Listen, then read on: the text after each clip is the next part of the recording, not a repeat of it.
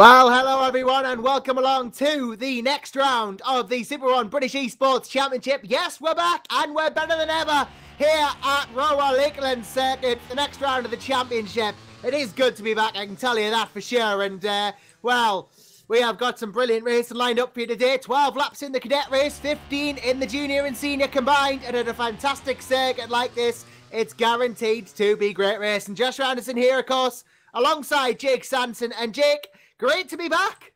Yes, it is indeed. Great to see you, everybody. Hope you're all very well. It's been a bit of a while since the last Super 1 British Esports Championship race, but here at the Cumbria Kart Racing Club, it is set to be a really exciting battle. 3.17-kilometre circuit, that's a whisker under 2 miles, 13 corners, and a very tight and rolling circuit. The only racetrack in Great Britain which is embedded into a quarry.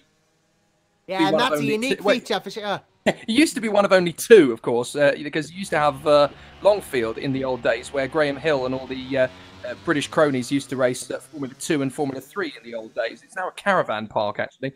But now, Cumbria Kart Racing Club, it's one of the best karting circuits in Great Britain. It's been a host to so many different brilliant championship races in Super 1 over the last few years. And we always love going back there. We're looking forward to seeing the Super 1 drivers out there this weekend coming up, which, of course, means we've got our precursor this evening, which is the Super 1 British Esports Championships. Yeah, of course, and, well, always a good show here in SoBEC for sure. We got 12 in the server so far and climbing, so it's going to be a fairly packed grid here at Rowrah, and I'm interested to see how this goes because I've never commented on this circuit before, and just looking at it, it is definitely one of the most beautiful tracks I've ever had the pleasure of commentating on, set in this just natural rolling hills here in Cumbria, and well, it being in Cumbria so means it's not too far away from me. Well, this is going to be, I'm trying to do the maths here, it's probably going to be about my 48th commentary of any form of race at Rowrah, because we usually tend to have 7 or 8 finals at any one class meeting at Super 1, and I've been doing commentaries at Rowrah since 2013 for the Super 1 television programme. It's a very thrilling circuit, lots of good overtaking manoeuvres. We are going to see some calamities in the first chicane, without any shadow of doubt. There have been many cases of this over the past. It's very tight, very twisty, that first chicane. It's very similar to Eau Rouge for kart racers. Many of them have said it's got a very similar sort of vibe to it. It's not quite as long as Eau Rouge, but it's certainly taken ridiculously high speeds for karts. You just chuck yourselves over the curbs, keep the kart as stable and as smooth as possible, and hope for the best. It's a real nail-biter of a circuit in that respect then. But once you get past that first chicane, there's a really long and sweeping phase of the circuit that you have to then get yourself into. And it's very tricky to keep yourself completely together through that. Now, there's a few drivers we need to keep an eye on here for this latest round of the championship. Obviously, we've got to look to the usual pretenders in this particular category. Josh Erfan, of course, is going to be strong. And he will be battling away with the reigning championship leader, Sam Shaw. I have a feeling Kai Bacchini is going to be an interesting bet for this one, because Kai's really been improving over the last few meetings. We saw last time out that he's got some good speed underneath him as Kai Bacchini. Sandro Ballesteros, I'm expecting to see some good pace from him this time out. He looks very motivated. And Oakley Keatley as well is fresh off the back of winning his first ever race in the Birolart UK Cadet Championship Series. He's now a championship front runner in that in 2018. So there's plenty of reason to expect that these guys will be strong. Plus we have a new driver on the grid for this time out, Fionn McLaughlin. So I think this is going to be a really interesting race weekend for the SoBEC. It is, yeah. We, of course, welcome McLaughlin to the championship. Going to be interesting to see what goes on and what Fionn can do. And obviously, as you rightly say, we've got the regular suspects, the likes of Kai Bacchini, Josh Erfan, and then Sam Shaw, who actually has to serve a drive-through penalty this race as well for avoidable contact at Lark Hall. So Shaw will have to serve the penalty and then fight his way back through as the race continues. And it's going to be difficult because drive-through is very difficult to come back from, even though the pit lane's quite short. But yeah, it's going to be an interesting quantity to see for sure. And we have another driver signed up for the championship as well, in the cadet class at least. And that would be James Bell, though he hasn't turned up yet in the server. If he does show up, then James will be racing in this race as well. And of course, we always have the regular pretenders in the championship as well, the likes of James Dutton, Ryan Ward, Oscar Toyton, Ollie Stevens should be a good one, Nathan Marquez, of course, Dwayne Plant, Jason McCleary, Mark Dempsey. All of them are going to be very interesting competitors for this one. They're going to have to work very hard of it, and I think they all know that. So it's going to be a tough one. It is a very difficult circuit, this Rowrah. You still really go into this one thinking that it's going to be one of the top 3 in the championship consistently, which for my money is still very much Josh Erfan, Sam Shaw and Kai Bacchini from the consistency ranks of it. But don't count out the likes of Oakley Keatley or Ryan Ward. Nathan Marquez has been getting better and better all the time, and we know how quick Jason McCleary can be over one lap as well in qualifying, and is very solid and consistent in races. So there's still a lot to be said about what's actually going to play out. We've got the practice session going on now at this moment in time. And it's good to see the drivers out there trying to get as much speed into their karts as they possibly can. And obviously, we're on the live stream here on our YouTube channel, so we'll keep it up to date with all of your conversations and all of your discussions. And it's an interesting time for karting, actually, at the moment, because a lot of the people watching will have spotted most recently over the last couple of weeks how the very famed and what's the word I'm trying to go for? Infamous Nassau panels at the front end of the karts have started to spring up in Great Britain as well. So it is going to be a really interesting battle in front of us because we have some very interesting debates to talk about it. Obviously, that's not going to play account here, but obviously that's a talking point that a lot of people have been chatting about in British karting. So while we're allowing the practice session to go on, we should probably talk about it. We're just looking at the championship standings at the moment for each of the classes. Brandon Williams is your senior championship leader from Malcolm Smith and Alex Everett, with Adam Farmer next up in the brigade. We've also obviously got some very talented racers in the other classes, and their championship standings have been on the screen as well. The juniors, we've seen James Lowther and Will Chadwick at the front end, with Declan Russell, Lucas Ellingham and Matthew Higgins in the mix. And of course, they're going to be out a little bit later on for their junior and senior race. You'll be able to tell them apart this time because there's been a slight tweak to the mod, which makes it a lot easier this time, Josh, for us to identify them. It does, yes. You'll notice the juniors, when they do come about, have green number plates now instead of the yellow number plates that the seniors carry. So we'll be able to note them a lot easier and work out who's going to finish where in what championship and who's won which championship, even though they may not be first overall. So that's going to make life a lot easier in that regard. But either which way, it's going to be much easier for spectators as well to notice exactly who's where. Well, in the Cadet Championship rankings, it's very close as well because we've got Sam Shaw in front of Josh Erfan out in front. Jason McCleary in third place from Kai Bacchini and Ethan Jeff Hall. So they will all be very interesting factors coming into this fourth round of the championship at Rowrah. It's not quite the fourth round of the championship of Super 1 because, of course, a few weeks ago, the championship was at Clay Pigeon Raceway, which is a shame that it wasn't included on this eSport championship. But if you buy the software for KartSim, you will get a copy of Clay Pigeon with it. And hopefully in time for the 2019 British eSport Championship, we will have that round of the championship included as well. We love Clay Pigeon. It's a great circuit. And we'll try and keep you up to date. If I'm going to give myself a quick moment to just check the website for Super 1, which of course is super1series.com. We'll keep you up to date with what's been happening in each of the championships building up to this weekend, because this event, as well as being a very exciting championship in its own right, of course, it's also very, very exciting to see how the championship evolves through the course of the season alongside it. And this evening's broadcast, I always find it's a really nice way, Josh, to sort of warm up to the meeting ahead. It's always been very, very exciting to see how it plays out, but this is a nice warm-up to the weekend's racing ahead. Yeah, indeed, a very nice warm-up for you. Obviously, I don't have the luxury of going out and actually commentating on karting, but, you know, for you as well, it really does help you warm up. But for me, it's a great honour to commentate on just such a fantastic series anyway, and it does, it's exercise for me as well when I go and commentate on other things, you know. Commentating on such a high-paced series allows us to, you know, learn how fast I need to commentate on other things. Because, you know, when you go in full pelt in the karting series, and then you have another series where you don't need to go full pelt, you know exactly how fast you need to go. And, you know, karting as well, it's something completely different. It's something I've never done before. So it's just an interesting experience for someone like me as well. There's some great drivers in this year's championship as well. We've been keeping an eye on the iArmy Cadets, of which this is the virtual version, of course. The championship leader in this at the present moment, Sam Shaw is currently racing in the Super 1 British Championship as the number 9 seed for Strawberry Racing. And he's had a really decent start to the season, actually, in both the virtual side of things and in the full scale. He has been battling regularly towards the sharp end. People won't forget in a hurry his battle at Wilton Mill that unfortunately ended up against him, but he's done a fairly good job considering. And there's some great talent on that Army Cadet grid this year in particular. So to see the Cadet Championship of the Super 1 British eSports Championship coming up, it's going to be really interesting. Practice already. We've got 8 minutes of practice session left. Early signs are that Josh Erfan looks like he could be in a very good position here to do well. Let's not forget, he's not actually competing in Great Britain this year. He's racing abroad after a late-minute decision. Now, Dwayne Plant is currently second in the timing sheets, which is a very good start for him. And Fionn McLaughlin has come straight in at third in timed practice. So there's very much an interesting sign from Fionn that we could see Fionn McLaughlin right up in the top 6 early doors, Josh. This would be a nice surprise. It would be a brilliant surprise, yeah, although, to be honest, I think they're all looking at that gap to Josh Erfan and wondering what on earth they've got to do to get it down, because it stands at pretty much a second. It stands at 9/10 at the moment.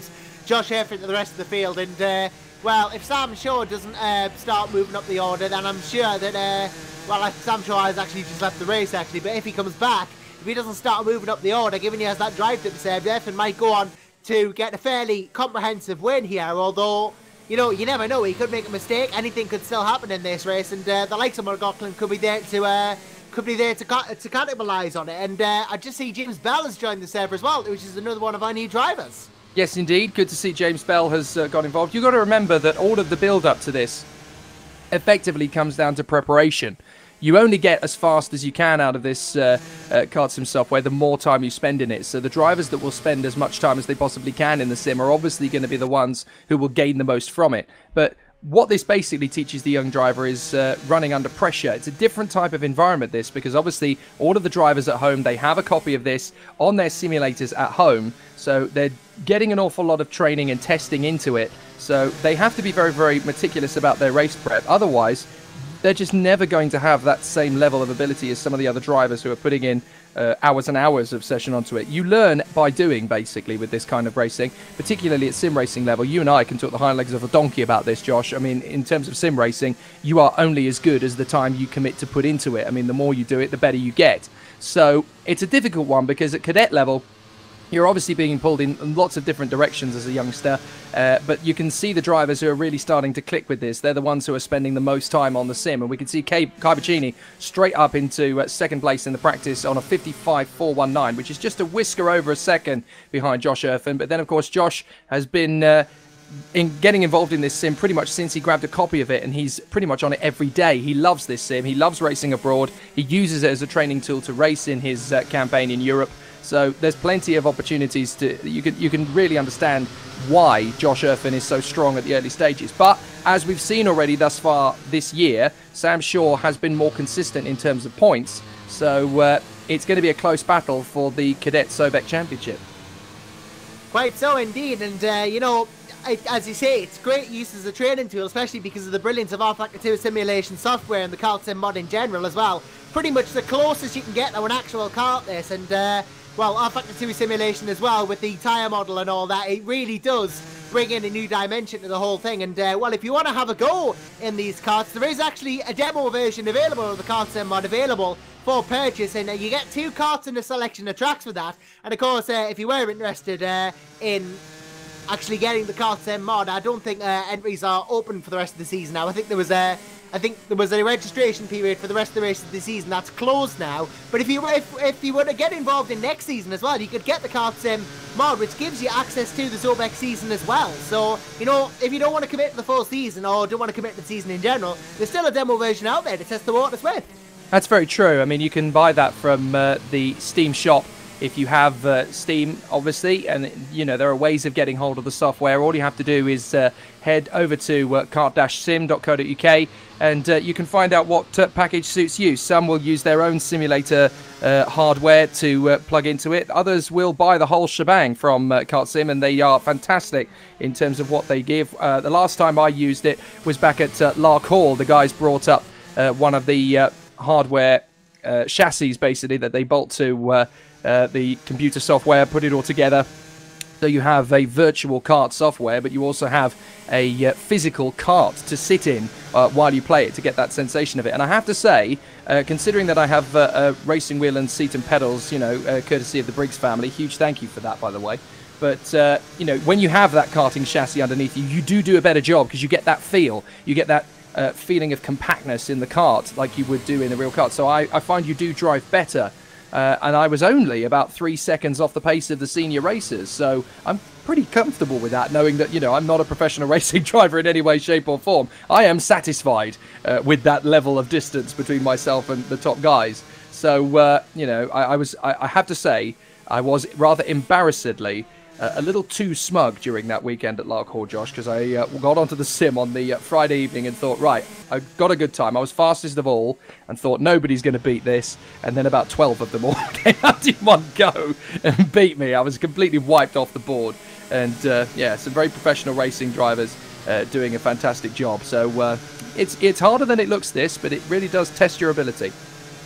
It does, yeah. Very difficult stuff indeed. I mean, obviously, going back to the concept of, you know, people having different rigs. Some people will have the most basic of things. You know, they'll have a stand and a seat where they have it and mount the rig to. Other people have full-blown cockpits, as you say. Some people even have virtual reality headsets, which they use to immerse themselves fully in simulators. And, you know, it doesn't really matter what equipment you use, as long as it works for you.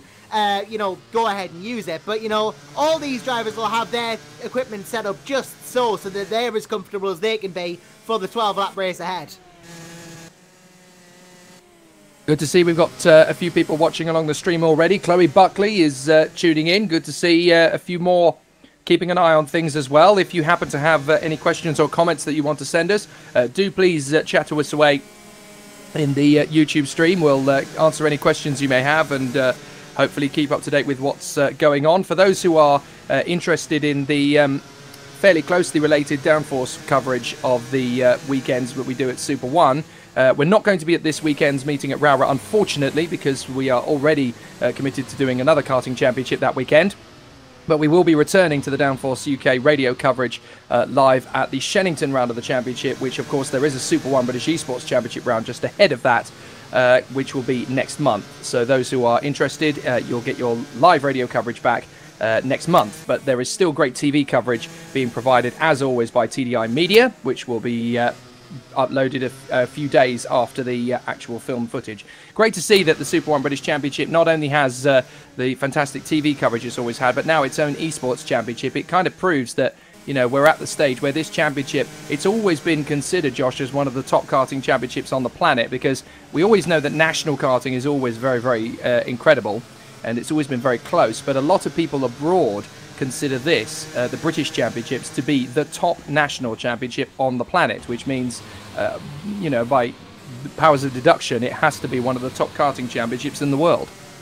Yeah, it really is one of the top championships, Super 1, and well, we're seeing that by the calibre of drivers that are coming through, and in the actual series in the past as well, we've had people come from abroad to have a try at the Super 1 Championship, and it kind of continues with the history, actually, you know, with people coming over and thinking British Championships are the best. Like, I remember back in the day when all of the drivers in the world just thought to descend on the BTCC because they thought that was the best. Back in '94 and that, I remember, like, Smoking Joe Winkelhock and all that as well. Going for the championships in the BTCC and coming over from Germany, and modern Super 1's the same. Lots of drivers from all around the world descend on Britain to have a go at Super 1, so they must be doing something, right? Well, practice has come to an end, so while we've got the cadets about to head out for their qualifying session, for those who are Super 1 fans, it would probably be a good idea to talk you through what is currently happening in the championship itself for real, as our nice little warm-up for the main event. We've already gone through the cadet points in the Super 1 British eSports Championship, in the Cadet Championship, in the Super 1 British Championships, of course, we have the IAMI Cadets. Currently, it is a three-way fight for the championship. Oh, sorry, a four-way fight for the championship. My apologies. Between the four drivers we thought it was going to be between, the two racers at Oliver Rowland Motorsport and their two rivals at Fusion Motorsport, namely Arvid Lindblad in first position, just 5 points ahead of Freddie Slater, the O-Plate champion.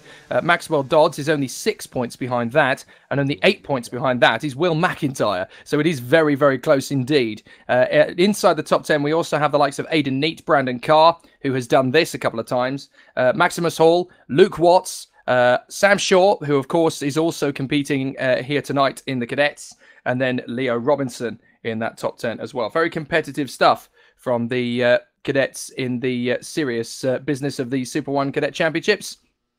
Now, we've also got a few other bits and pieces to talk about over the course of the live feed as well this evening, and it will be very interesting to see what people make of it. Who's going to win tonight? Well, it's already looking very interesting because there are two drivers who in practice managed to get within a second of Josh Erfen's ultimate time here at Rowrah.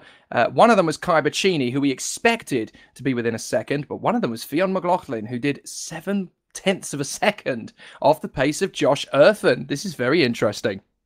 That's not bad. That's not bad at all. And for someone that's new to the championship, I think Fionn's definitely been doing a lot of practice and, you know, getting up to Erfen's time. So this is going to make for some very, very interesting viewing. Well, to be fair to Fionn McLaughlin, I mean, they bill Fionn as a very talented young racer. He apparently is being touted as a future Formula One world champion. They actually say on Fionn's Facebook page, there's a good potential here that he could be a world champion in 2030 in Formula One, which I think is fantastic. You know, keep that bandwagon rolling, mate. And that's exactly how you should be focusing yourself. But he's not been racing in karting for a particularly long time at top level. So he's only really been karting since 2012. So it's good to see how he has suddenly built himself up, Fionn. He's a very talented young kid. Good to see him racing at Super 1 level this year. And I have a feeling that he's going to be one of the stars to watch of the future. He's a very good little racer, the Irishman. And I can see him doing a really, really good job here because he seems to have come in straight off the bat. No major difficulties with getting into the sim and getting up to speed with the competition. So the little Irish tyke, I think he's doing an absolutely fantastic job tonight. Who knows, he could even get on the podium in his very first race. That would be something indeed, and it would give everyone else a bit of something to think about. He'd put them on notice for sure, saying, I'm here to do just as well as you, even though I've only come in about halfway through the championship, you know? And, you know, hats off to him for that. You know, if he can get a podium, that would be very impressive as qualifying about to get underway here at Rowrah, the Lakeland circuit. And looking like McLaughlin's actually going to be one of the first to get a lap in as he's on track now. And the other drivers leaving as well. I see James Bell, Nathan Marquez all trying to get out. And it's a short qualifying session, only 7 minutes as well. So there is a scramble to get out the pits, but once you're out on track, you can do what you like. Well, that's the key thing. A lot of the drivers are obviously still trying to get themselves up to speed at the moment. They're all still learning the circuit a little bit. So from that point of view, they basically just need to get out there, set as many laps as they possibly can, and effectively hope that they're going to have, you know, a decent run through qualifying. But that's where things are really going to start to prove, you know, what these guys have been able to do in testing. But this is such a picturesque circuit, the Cumbria Kart Racing Club. It's a fantastic circuit. I'm just riding with Fionn McLaughlin as he gets ready to do his first flying lap. He's left the pits, as you said, one of the first. I think we should watch him on this qualifying lap just to give you a tour of the circuit, effectively. He comes over the line on the power, makes his way up to the chicane. You go right in here. A bit of curb on the way through the left-hander. Keep it nice and tidy through the right-hander on the exit. Now you're down towards McRae's. You tight-in brake. Give it plenty of access throttle on the exit of it. And that's a bit of a mistake, unfortunately, for Fionn McLaughlin's first qualifying lap in Super 1 British eSports Championship. He clouted the wall there. Down towards Iredale's. Gets himself crossed up. This is a very tricky hairpin to get right, but there's several ways out of it that can start a good run on a qualifying lap or on a race trim for a move or an overtake. Into the Stuart S's, through the right. This is the first part, the hairpin, then a quick flick left out, a quick right on the way out towards St John's. You sweep through the left, keep it nice and planted, then into the corner itself for St John's. You've got to keep it nice and tidy on the exit, then into Sunny. Sunny Bend, nicely done, and plenty of curb on the exit. That's nicely done. Excuse me, that's nicely done. Then into Paddock Bend to finish off the lap. Double apex. The first one is a tight one. The second one, you're just flat on the throttle. And the benchmark is a 58.316. That's going to be beaten quite quickly, but Fionn McLaughlin has definitely got a faster lap in him. Yeah, definitely got faster in him than a 58.3, and we'll see it come the end of this session. Ollie Stevens currently top set, although he's just been usurped by Dwayne Plant, who does a 56.1. The time's starting to come in now, obviously, drivers having done the first laps, and, well, Oakley Keatley on a 105, so obviously a mistake has been made on that lap, going to try and speed it back up. But obviously Erfin, Bacchini, Marquez, Ward, Dempsey all yet to set laps. As I say, that Ward goes 5th. Piccini actually goes second on a 56.3 as well. So some time's coming in now, and Nathan Marquez obviously trying to get a lap in, but stuck in some traffic. Josh Irvin has clear track though, and I assume it'll be a good lap from him. Oscar Titan in 10th place at the moment. So at the moment, running orders: Plant, Piccini, Davies. McLaughlin goes pole though with a 55.5. That is a significant improvement on the previous lap. And that's a good half a second quicker than Dwayne Plant managed. Then it's Piccini, Stevens, Alfie Baxter Davies in 5th position. Jason McCleary having a good run in 6th position at the moment, from Ryan Ward, James Dutton, Sandro Ballesteros and Oscar Toyton. Josh Irvin is back out on track, by the way. He obviously wanted a really good qualifying lap and then had to bail. So now Josh Irvin is trying to move his way slightly further forward. He gets himself a good run there out of McRae's up towards Iredale's. And that's where he's going to have a really interesting gain of time. He's really strong in this particular part of the course, as Kai Piccini has gone second again on a 56.0. That's a really good run there from Piccini, who I have to say, Josh, I don't know how much you know about Kai Piccini recently, but he's going to put us out of a job before long, because he is just about the most talented 10-year-old commentator I think I've ever witnessed on the planet. He joined me in the commentary box during the weekend at Lark Hall. Couldn't race, unfortunately, because of other commitments through the weekend, but joined me on the Sunday, and I tell you what, he is one heck of a little commentator for a 10-year-old. He's going to probably put you out of a job soon. Oh, don't even mention it, because it's probably going to happen. Anyway, Josh Irvin comes through on a 57.199. He got impeded on that lap. You can tell he's had a bit of contact somewhere, because he's hit the front nose cone off. He actually hit the cone on the way through the chicane there at the start of this lap as well. Now, I'm not sure what the ruling is going to be with with the cones on the chicane there, because in Super 1 you actually get a penalty for hitting those. So I'd be interested to see what happens. But now we're getting the fast 55-second lap times in. Fionn McLaughlin's been beaten by both Dwayne Plant by just a couple of hundredths of a second, and Kai Piccini by just 0.03 of a second. So they're really starting to pound the laps in. But Kai Piccini is the fastest man on track at the moment, at 55.499. However, Josh Irvin is looking pretty quick in the splits. And interestingly, he is being followed all the way around the circuit at the moment. Who's that tucked up behind him at the moment? He's got a bit of a Klingon there. That looks to me like Dwayne Plant is going around with him to try and get a better lap time in. And look at that. Bang! Irvin does a 54.9. Statement made. He is not going to be usurped from the top of this field by anyone, no matter how quick they are. And Kai Piccini is going to have to respond to that. He's 6/10 down at the moment. Dwayne Plant also 6/10 down, as is Fionn McLaughlin. Jason McCleary 7/10 down. He's got half a second to the rest of the field as Irvin, and there's 1:32 to go. So probably going to get 2 more laps in and amongst all this, as are the likes of Piccini and the other drivers as well. So we'll see how this goes. But Irvin definitely with the hammer set down there and laying down the challenge to everyone else. I can see this session going quite close for second position, actually, because we've got 4 drivers very close to each other. 5 drivers, actually, very close to each other in the mix. We've got Dwayne Plant, Kai Piccini, Fionn McLaughlin, Jason McCleary, and, oh, make that 6, because James Bell's just popped up into the top 6 there. A whisker quicker than Ollie Stevens, who's right in the mix as well. So, I tell you what, from the last round to this one, the cadets have really tightened up towards the front end. Josh Irvin has obviously done some good testing here to get him further up. Jason McCleary now goes second, faster than Kai Piccini and Dwayne Plant. But this is going to be very interesting. Dwayne Plant, I think, can't go any faster because he now finds himself in the pits with no time to start another lap. So Plant could actually get hung out to dry a little bit here. Fionn McLaughlin's about to start another qualifying lap. If he comes through in good time without making a mistake, he'll get another lap in. James Bell and Ollie Stevens should do likewise as well. Jason McCleary is on a flying lap at the moment, but I'm not sure he's going to get an additional one in, nor is Kai Piccini. Dwayne Plant has come out, but I don't think he's going to get another decent lap time on the board. Look at that. Fionn McLaughlin is only 3/10 back off Josh Irvin now. So everybody said at the start of the season, well, Irvin's going to dominate this. Fionn McLaughlin, he's got other ideas. Yeah, definitely not going to let up, and I think there's another lap in it as well. As does Irvin to improve. Time expires, though. That'll be McCleary's last lap at 55.1 is his best. Can't go any faster than that now. Kai Piccini going to try and improve too. Get himself further up the order. Currently in 4th place. Rounding the final turn. Will he improve at all? He will improve, but not enough to gain a position. He tightens it up to 55.2 though, which is a good lap. Dwayne Plant and the likes of that are going to try and go for it too, but McLaughlin and Irvin are the 2 that we are really watching through the rest of this qualifying session now.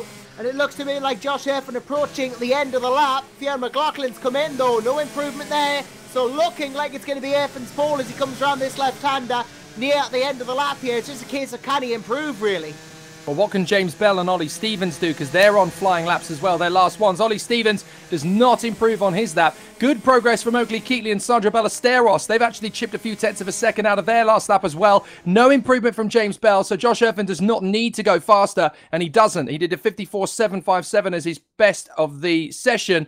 His last lap was not quite as good as that. But it's academic. Brilliant stuff. Josh Erfin, only 0.361 ahead of Fionn McLaughlin, the Irishman, Jason McCleary and Kai Bacchini, Dwayne Plant and James Bell, then Ollie Stevens, Oakley Keatley, Sandro Ballesteros and Ryan Ward. From Alfie Baxter Davies, Nathan Marquez, James Dutton, Mark Dempsey and Oscar Toyton. 15 karts, and they're going to be very close. Interesting how, sadly, Sam Shaw, the championship leader, is not present in that qualifying session and is unable to compete this time out. So that's a great opportunity for the man who is trying to beat him in the championship, Josh Erfin, to gain some big points on him this time. Yeah, notably, Ethan Jeff Hall is also absent, and both those drivers had drive-through penalties to serve as well, so that'll probably transfer to the next race now, so they'll serve it then. But yeah, interesting, they're both not here, both quite high up in the order, and this is probably going to give Josh Erfin the championship lead in amongst all this. Well, unless, of course, that's the reason they didn't do qualifying, because if they didn't do qualifying, they've got to serve a drive-through penalty anyway. Have they taken a strategic decision to sit at the back? Because obviously there's always a lot of carnage and pandemonium at the start of some of these cadet races in Super 1 British eSports. And at Rowrah in particular, that first chicane is definitely going to cause a few headaches. Have they tactically decided, we're going to start from the back because we've got to take the drive-through penalty anyway, but if we stay out of trouble on that first lap, we will have no nose cone penalties to fare. So we might actually give ourselves a decent points finish by sitting out of qualifying, starting at the back and staying out of trouble. Possibly, yeah, but what gets me is they haven't even joined the server at this point. Sam Shaw was here but then left, and we've seen no sign of Ethan Jet Hall. So they could have just sat in the session and done no laps if that's what they wanted to do. But, you know, the fact that they're not here yet, they've got a couple of minutes to get in, I think. But it's possible they might not be here at all, and if they don't turn up at all, that means Erfin will probably gain championship lead. And that's, of course, if he just has a normal weekend like he is used to having. Pole position goes his way, 0.361.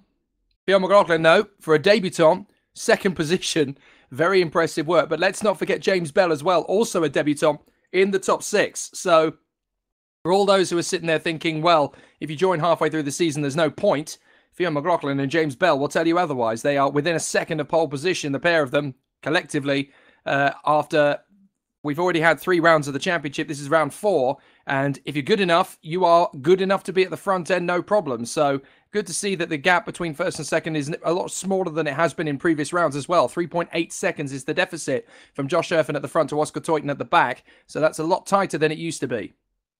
Yeah, it's a lot tighter than it was before. And Toyton at the back, 3.8 off. Not all things, because you might think that's a lot, but all things considered, it's not that bad because, you know, these drivers very young and getting used to the SoBEC season, and neither Sam Shaw or Ethan Jeff Hall has joined the server. So really, it's up to Josh Erfin to try and get this underway now. But as you rightly say, these drivers very young, and 3 and a bit seconds, a very, very tight gap as we go to the grid now for the start of this first Super 1 British eSports race of 2 here. Cadets coming up at Rowrah Lakeland Circuit. Hold on to something, ladies and gents, because this is going to be a good one. Josh Erfin, Fionn McLaughlin, Jason McCleary, Bacchini, Plant, Bell, Stevens, Keatley, Ballesteros, Ward, Baxter Davies, Marquez, Dutton, Dempsey and Toyton. We are away and racing. It's a cracking start from McLaughlin, who's going to cut across on Josh Erfin and takes the lead initially. Brilliant stuff. Kai Bacchini trying to come round to the left side as well of Josh Erfin, and he squeezed through in a second. Terrific start from both McLaughlin and Bacchini. They've got past Erfin. Then it's Plant, Keatley, Baxter Davies has not had a terrible start at all. McCleary in 7th place. James Bell on a roll from Sandro Ballesteros. Goodness me, Ballesteros rolls it at McRae's, and we've got the normal fisticuffs and all sorts of calamities. And the far end of the grid, Oscar Toyton and Mark Dempsey in particular held up, but it's McLaughlin who leads the way from Josh Erfin, who's got back past Kai Bacchini. Yeah, and Sam Shaw's just missed the start as well. I can see pending an open session. He just came back a little bit too late, and he's going to miss this race now as a result. But McLaughlin leading on his debut here from Josh Erfin, who's gotten past Bacchini. Dwayne Plant, though, chasing behind. Baxter Davies and McCleary both going at it. But we have a 4-way battle for the lead here, and we're not even past the first lap. is this going to be the best race of the season? We say that every time, and we are proven right. But Fionn McLaughlin, the new boy from Ireland, has actually thrown a bit of a spanner into the works here for Josh Erfan. And, oh, has he damaged his nose cone? No, he's run over somebody else's nose cone there. I thought for a moment he'd lost his. But you can see all the debris. Josh Erfan now closes right up on Fionn McLaughlin. He's going to try and make the move up the inside into Iredale's. McLaughlin very sensibly lets him go. He can always get him back if Josh Erfan makes a mistake. Meanwhile, further back, Dwayne Plant pulls the same move on Kai Bacchini, and that moves him up into third place. Yeah, same move pulled on Bacchini, Plant into third, McLaughlin down to second, though he is trying to catch Erfan at every opportunity. Bacchini on the offensive against Plant as well. Back to Davies there if anything does go wrong. Bacchini now trying to look for a route, but there is none. Dwayne's got them all covered, and McLaughlin doing the same on Erfan. But again, there's no room at the end. Erfan has all doors shut, not opening them anytime soon. A big mistake from Sam Shaw in terms of timekeeping. This is going to be a very costly one in terms of his battle for the championship. But 0.6 of a second is the deficit for Josh Erfan, leading Fionn McLaughlin. Then it is Plant and Bacchini. Alfie Baxter-Davies having a cracking start to this one in front of Jason McCleary. They are doing a great job, these two, and it's consistency that's keeping them in position, 5th and 6th position. Then it's James Bell. None of these drivers in the top 7 have lost their nose cone as yet, so it's much cleaner than we've seen in recent races as well. James Dutton and Ryan Ward, sadly, have been caught out. Ollie Stevens, Oakley Keatley, who was towards the sharp end, he seems to have had a spin somewhere. Nathan Marquez, Sandra Ballesteros, Mark Dempsey and Oscar Toyton all have lost their nose cones. So as it stands, they're all going to get penalties, the ones who've lost their noses, but they're not in the top 7, so they're all in the order 8th downwards anyway, so it doesn't bear any relation to the way it finishes at this moment. Yeah, the nose cone penalty's not meaning anything right now. The top 7 and the top...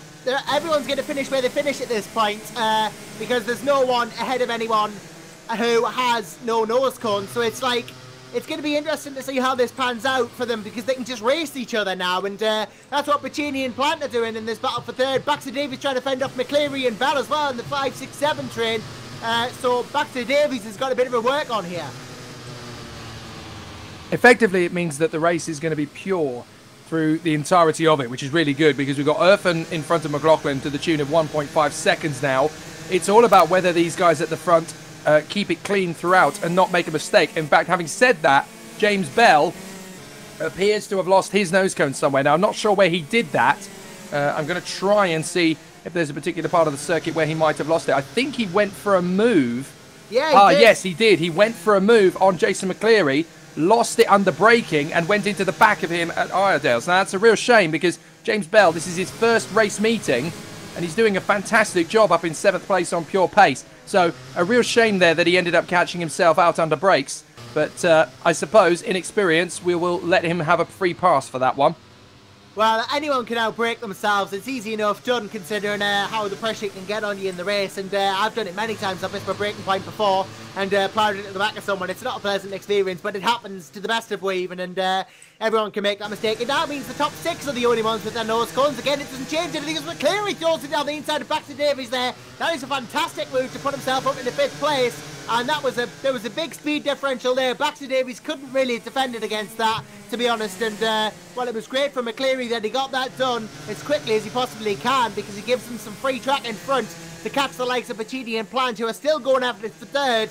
And then possibly Bacchini and Plant going to go for McLaughlin and Erfan, who are starting to pull a bit of a lead out now, to be honest.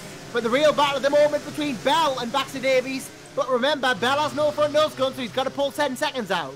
Cracking move from Jason McCleary, who managed to pull off that move into the Stuart S's. It's fairly stereotypical. Oh, Bell! James Bell ploughs into the side of Alfie Baxter-Davies. Under braking for McRae's. He gets away with that one, but again, very easily done. So James Bell manages to avoid major dramas from that, but that will definitely be weighing on his mind a little bit. Yeah, he took the corner a bit quickly for how quick Baxter-Davies was taking as well. Maybe didn't anticipate him going so far outside. That's where the contact happened. Luckily, no damage dealt as a result of it, but it is going to weigh on his mind perhaps slightly, and he will have to try and catch Baxter-Davies back up in amongst this. Meanwhile, Dwayne Plant coming up the traffic in the form of Oscar Titan, who just manages to get out of the way, and now Kai Bacchini's going to deal with Titan as well. Obviously, blue flags they'll be waving to Oscar, so he should just try and get out of the way as soon as he can, and he does. Well, that's one way of doing it. It's one way of doing it, yeah. Bacchini manages to avoid those, so no damage done again, and Dwayne Plant, obviously, oh, Bacchini just taps the wall there, trying to chase down Plant at the moment, though, but Josh Evans seems to be pulling out the gap to McLaughlin at this point, and nothing Fionn can do, but still a very impressive second. That is not to be knocked, as Oscar Titan whacks the wall again on his way round the track. He is not having a good race of this. He's already a lap down. It's difficult when you haven't been able to get the best setup you want from the kart to really plant your braking points just so. And you can definitely tell the drivers who are still struggling to find it compared to those who are finding it fairly easy. But the top 6 still very even, and all of them still with their nose cones intact. So the race is going to be a very pure result no matter what happens. The penalties are not really going to make much difference. Fionn McLaughlin, I'm really impressed with the Irishman here today. We've gone past half distance. We're on lap 8 of 12, so 5 to go, including this one. And I have to say, Fionn McLaughlin's been really, really competitive all the way through this meeting thus far. He was very strong initially. He's been able to keep that sort of pace throughout. And the only person really to have given Josh Erfan a major challenge. Okay, Josh was able to get back into his rhythm, but Fionn McLaughlin really gave him a little bit of something to sweat about there. And I think Sam Shaw, watching this, might have wanted Fionn McLaughlin just to be a little bit more aggressive towards Josh Erfan and maybe force the number 7 into making a mistake. But Erfan is far too strong for that at this stage. Here comes Bell on the inside, and back to Davies as well. He gets it. Finally through it to 6th, and let's see now whether Bell can pull out the 10 seconds he needs. Remember, Bell has no nose cone here, so he is going to incur a 10-second penalty. That's how it works here in the Super 1 British eSports Championship. A lot like the adjustable fairings in actual Super 1, though, of course, it's modelled with the removal of a part, then the adjustment of a part, and Bell now has to pull out 10 seconds, otherwise effectively Baxter Davies will get that position back. And for Alfie now, he doesn't really need to push hard to get this position back. All he needs to do is stay within 10 seconds, because if he can do that, he knows he's going to get the position back, so he doesn't need to worry too much here. In effect, even though he's lost the position, Baxter Davies holds the aces. Yeah, he can just sit in position. It's no major problems for him. And Sandro Ballesteros has brought it into the pits, unfortunately. So Ballesteros looks like he's got a couple of problems coming his way, unfortunately. And Ryan Ward has ditched it at McRae's. Unfortunately, he's missed his braking point, and Ryan Ward is now having to put the kart into reverse and bring it back into position. Of course, you couldn't do that in the real world of racing, but you can do it in the sim, because there are no marshals to help you, of course, get the kart back into position as there would be in the real game. And just a corner later, Ryan Ward has done exactly the same thing again. A real shame there. But with 3 laps to go, it is Josh Erfan just hanging on in there, and it looks as though Oscar Teuten's had a brake failure. That's why he was going so slowly then, because his brakes had overheated, and he's had to retire because they just weren't effective anymore. That might have been why, and Titan out with brake failure. That is a massive shame. Probably just pushing his brakes too hard in the early going, and then he's fried them there, and they couldn't cool down. So brake failure for Titan, not something we want to say, but unfortunately something that happens sometimes if you do push it too hard. Yeah, it's a good lesson learned for Oscar. He'll learn from that one. He'll do a little bit more testing ready for the next round and try and figure out how to use the brakes a little bit more sparingly. Bacchini off, he's lost it, and McCleary's gone through, and he's lost his nose cone too, so that's a 10-second penalty for Bacchini, who's now under attack from Bell, and he was going really well, as was Kai, so this is a shocker for him. He's now going to have to try and hand off James Bell, who also has a penalty. So these two... Baxter Davies is out. Baxter Davies is out of the race. How did that happen? He went off at McRae's. He went off at McRae's initially, then came back onto the circuit, and he lagged out by the look of it. So, unfortunately for Alpha Baxter Davies in terms of connection. 2 laps to go becomes 1 lap to go for Josh Erfan. But I was just watching back the Kai Bacchini incident. Kai Bacchini basically has now stopped.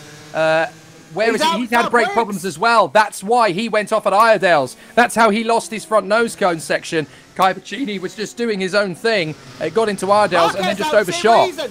Marquez is out for the same reason, so it seems like the drivers are having problems with their brakes here at Rowrah. So this is an interesting one to see for sure. This is drama in the last couple of laps as Josh Erfan does start the final lap of this race. It's just going to be a case of looking after your brakes now, but this is what happens sometimes if you don't look after them. If you don't get the right settings, then your brakes can overheat, and this is what happens as a result of it. But Josh Erfan now is just coming around the last couple of corners, and he has not had any problems with his brakes thus far. Neither has McLaughlin, who's going to finish a very impressive second on debut, and Dwayne Plant as well is going to get them on the podium, which is brilliant. Yeah, it's a really tough circuit, this, for brakes. It's always been that way, Rowrah, because you've got some very, very long straights into some really, really heavy stops on the brakes. So it is always going to be a punishment on the brakes. But unfortunately, it's caught out Bacchini, Baxter Davies, Marquez and Toyton today. But nobody's going to catch this man. Josh Erfan left pretty much on his own throughout the final hairpin. He's going to take the checkered flag with ease. Josh Erfan cruises home and takes the win here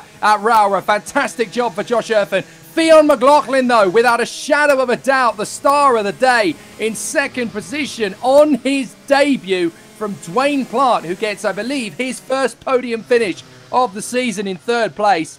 Really good job from those three.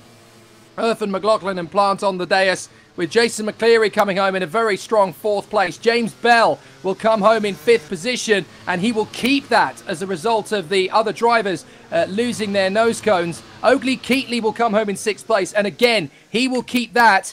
Stevens, Dutton, Ward, and it looks like Mark Dempsey has just made it home for 10th place in front of Sandro Ballesteros, who had difficulties, but he's going to come home for 11th position. So good points in the end after that pit stop. But with everybody behind James Bell not being able to keep hold of their nose cones, that result is going to stand and it's going to be pure. So that's really good. Josh Erfan for the win from Fionn McLaughlin, Dwayne Plant, Jason McCleary, James Bell and Oakley Keatley. That's a really good podium this time, Josh. It is, yeah. It's a fantastic podium indeed. Great to see Josh Erfan on the top step again. You know, really had the run of the mill this race. Though, you know, hats off to both Dwayne Plant and Fionn McLaughlin. You know, Dwayne for getting his first podium and Fionn on debut second. You don't really, apart from winning, you don't get much better than that, do you? That is just absolutely brilliant stuff. And to see him get this early up, far up the order so early, he's got a bright future ahead in the Super 1 British eSports Championship if he keeps this up. Yeah, for me, without a shadow of a doubt, he is the driver of the day. I mean, we expect that kind of speed and that kind of pace from Josh Erfan, and he does deserve the win. There's no doubt about it. But Fionn McLaughlin, having missed the first 3 rounds of the championship, having only joined as a rookie this time, to be battling for pole position, to be leading through the first few corners of the first lap, and then to be only 5 seconds behind Josh Erfan at the flag in his first weekend, that is fantastic. He really does deserve the credence from that. It's a really, really strong performance. Dwayne Plant in third position. Great to see his progress making itself known as well. We've always thought he's got a bit of speed behind him. Good to see him put it on the board. Jason McCleary fourth. James Bell in fifth from Oakley Keatley in sixth. That's a good result, actually, and it's the right result. Yeah, very good result indeed. And, you know, it's great to see that is the results that we're going to have as well. This order that you see here is final because everyone behind Bell, including Bell himself, had a nose cone penalty. So that's how it's going to be. It is going to be Erfan from McLaughlin, from Plant, from McCleary, from Bell, from Keatley, from Stevens, Dutton, Ward, Dempsey, and then Ballesteros being the final finisher. So, you know, it makes our lives easier for certain calculating who's going to be where. But, you know, Erfan, McLaughlin, Plant, great podium. I agree with that. Good podium indeed. So now, of course, we move into the phase, the gap between the two classes. We've had the cadet race, and that now gives us a little bit of a breathing point before we move on to the next one, which, of course, is going to be the race between the juniors and the seniors. And, of course, those two classes are racing in the same race, effectively. They have 15 laps of racing to do compared to the 12 laps that the cadets do. And it's been a really interesting start to the season for that particular class because we have 2 races within a race and they usually end up scrapping amongst each other anyway.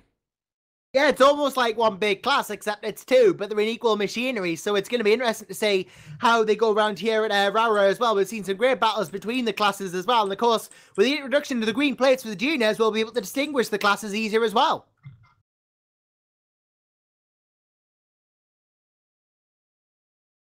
As we just wait for them to start joining the server. Of course, it has to be refreshed because it's a different amount of laps in the race. 15 laps instead of the 12 that the cadets have been doing. So both juniors and seniors in 3 laps more. So we're expecting the race to be about 13 minutes long, as that one was 11 minutes long.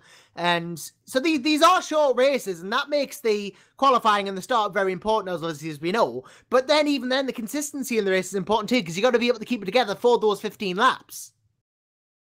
So we've got a little bit of a pause between the 2 races now because the qualifying session for that race will be getting underway in about half an hour or so. So we've obviously got some things to show you on the stream as we continue on because we've got the practice session for the juniors and seniors before then. But I'm just chatting away on the stream. If anybody has any questions for us regarding the British Esports Championship or Super One in general, of course, obviously in my capacity as a Super One British Championship commentator as well as the British Esports commentator, I'll do the best I possibly can to answer any questions possible. But let's fill the gap with some good content. We've obviously I mentioned very briefly, because I wanted to try and get the ball rolling in time for this half distance point. There's been some changes in the world of international karting, which have slowly started to seep their way down into British karting. And I've noticed that there's a new Nassau panel, obviously in Europe, which I first saw a few weeks ago back at Marienburg for the European IAMI X30 European Series. And it's a very interesting concept, the nose cone section. Basically, Josh, to give you an idea of it, to paint a picture without showing you an actual photo of it, I'll have to send you one of those later. Basically, with the new Nassau panel, the nose cone section is raised a good 3 or 4 inches higher than it is, but there's a groove cut into the middle of it. So it's kind of dome shaped, a bit Formula One-ish, but there's a massive groove cut down the center so that the whole Nassau panel, that front end of the car, the nose, if you will, it looks a bit like a baguette from a distance. And then they put it genuinely does. And then you put the number plate basically over the top of that in a curved arch, and it helps to channel airflow in faster karts. Now, this has worked very well with the OK karts and also with KZ, the gearboxes as well. But with the slower karts, with X30, a lot of drivers have really struggled to find any performance benefit with it just because the kart isn't going fast enough to feel that aerodynamic benefit. But it's effectively like having a new sort of Formula One style body kit on the kart. It's a very, very weird way of going about it, and it looks quite bizarre, I have to say. So it's fascinating how we have this, having crept into British karting. But I'm intrigued to see what the viewers who are watching along, what they think of this, because I'm not entirely sure if I've made a decent enough opinion of it yet. I've seen it in a few different places now in Europe, and I started to see it very briefly in Super One. A lot of people testing with it rather than racing with it. But very interestingly, I mean, I don't mean to be harsh to the makers of said Nassau panel, who I'm sure there is a scientific benefit that they found. Apparently, rumor is that they went to the Ferrari factory at Maranello to do some aerodynamic testing in their wind tunnel. I don't know whether that's true or not. But interestingly, when I got to the circuit first time at Marienburg and saw these new Nassau panels for the first time, I thought, why have they strapped a Volkswagen Beetle to the front of the car? It just doesn't quite look. It doesn't quite look right from a distance. You know, it's a very, very strange new concept when you haven't seen anything like that before. And it's fascinating talking to drivers and talking to teams. Some say there's a great benefit from it. Others say there's no benefit whatsoever. Others are basically using it because other teams are using it. They're trying. It's all about psychological mind games. So it's a fascinating new development that's crept into British karting from Europe, and I'm interested and intrigued to see what the viewers think of it at home. I mean, if you ask, I've actually seen this. I think a couple of weeks ago. I think I looked upon it. It's like, oh, okay. I didn't pay it too much mind at the time. But you bring it up now, and you're right. It does look a bit strange. I've been reading though, and apparently they can gain about 0.1 of a second, which doesn't sound like much. But in karts, it's like a minefield. A 0.1 of a second could be super important in karts, you know, for performance-wise. And I mean, I've had a look at it. It's interesting for sure. It's not massively distracting, I would say. If you compare it to a normal Nassau panel, then it looks weird, I'll admit, you know, looking at these carts and looking at that. But I definitely think you could get used to it. Interestingly, James Lowther has actually written on the stream, new Nassau ordered. Very interesting that. He says the junior race should be good. Oh, James, don't be so heartless. To be fair to him, actually, James has been one of the top drivers in the Super One British Championships this year. Never mind the eSports Championship. He's been one of the top drivers in the actual series this year as well. And he's been a very feisty competitor. A lot of people came into this season expecting it to be close between him and Guy Cunnington, who unfortunately doesn't race in this championship. But it's interesting because we get so many fantastic battles through the course of the season anyway.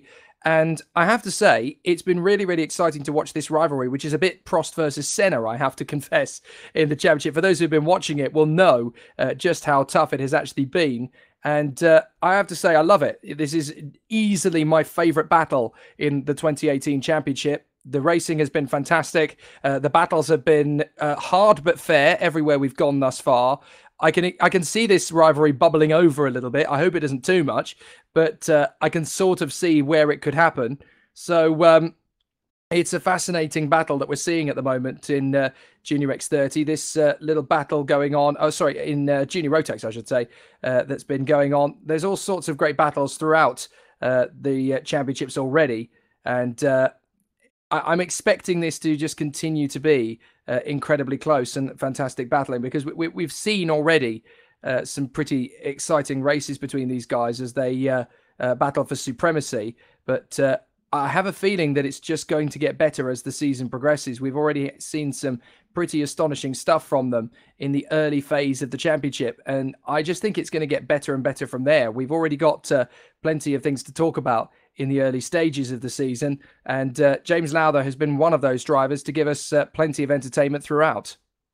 Yeah, he has. He's always been there to give entertainment. I'm sure he'll continue to do this race as well. And obviously got the rest of the junior and senior and field to look out to as well. But as you rightly say, Lowther, one of the top drivers in the category, and definitely going to be interesting to see how he does. Of course, the junior driver as well, with that green panel, which actually blends in very nicely with his choice of green kart as well. You almost wouldn't notice there's a number panel there, actually. But yeah, it fits very nicely, except it stands out a bit more on the other karts. It's very true.